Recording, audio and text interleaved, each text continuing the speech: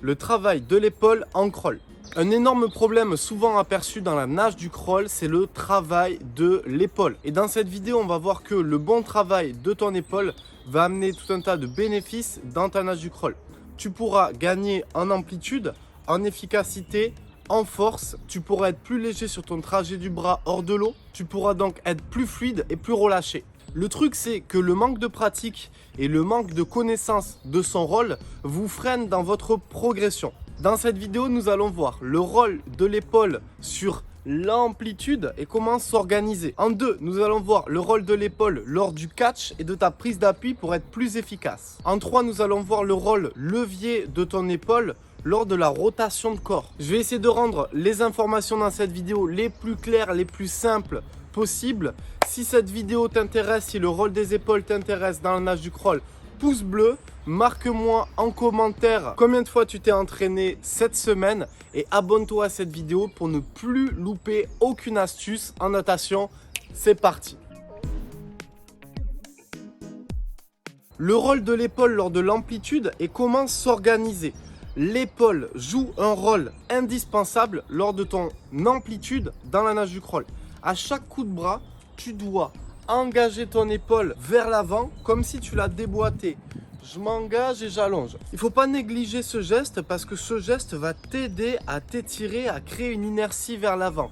Donc rappelle-toi toujours, chacun de tes coups de bras doit être amené avec un maximum d'amplitude et le fait d'étirer, d'engager ton épaule vers l'avant va aider cette amplitude et cette allonge vers l'avant.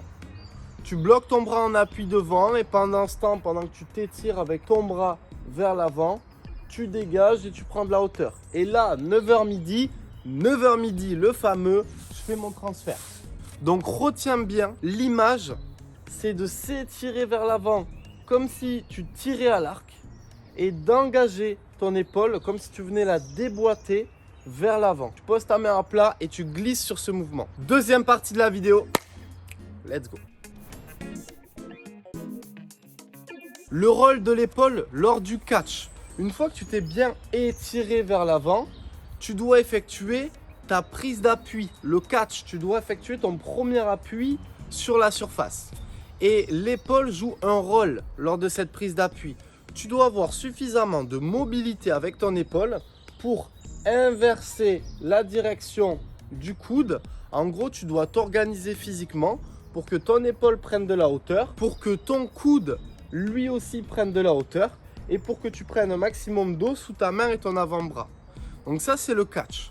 Tu peux répéter ce geste hors de l'eau et il y a quelques éducatifs qui peuvent t'aider à maîtriser parfaitement ton catch. En tout cas, tous les éducatifs qui vont t'aider à avoir une nage du crawl parfaite sont dans ton club en ligne. Le lien est dans la description. Troisième partie de cette vidéo, super important, l'épaule comme un levier pour ta force lors de la rotation. En gros, on a vu 1. Je m'engage vers l'avant. 2. Prise de hauteur avec l'épaule et le coude. Et donc là, on en est là.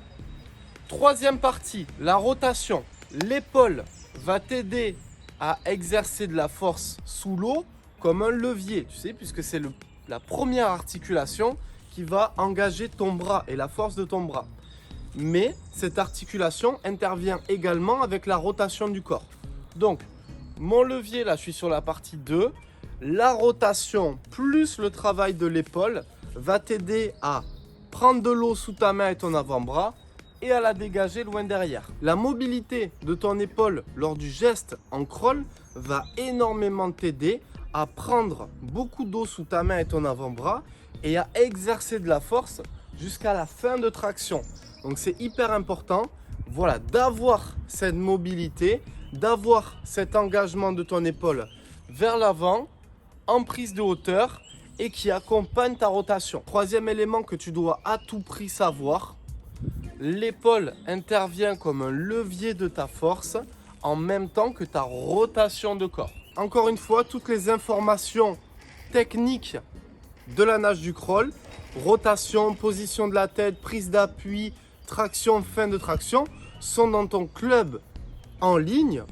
C'est un club dans lequel tu vas retrouver tes séances PDF, tes tutoriels vidéo inédits, tes éducatifs illustrés et une trame pédagogique simple mais parfaite pour avoir une technique excellente. Je te laisse cliquer dans la description pour retrouver tous les éléments. Petit bonus, une fois que tu as terminé ta traction de bras en crawl, il va falloir que tu sois très léger et très aérien avec ton épaule et ton coude lors du trajet de bras hors de l'eau.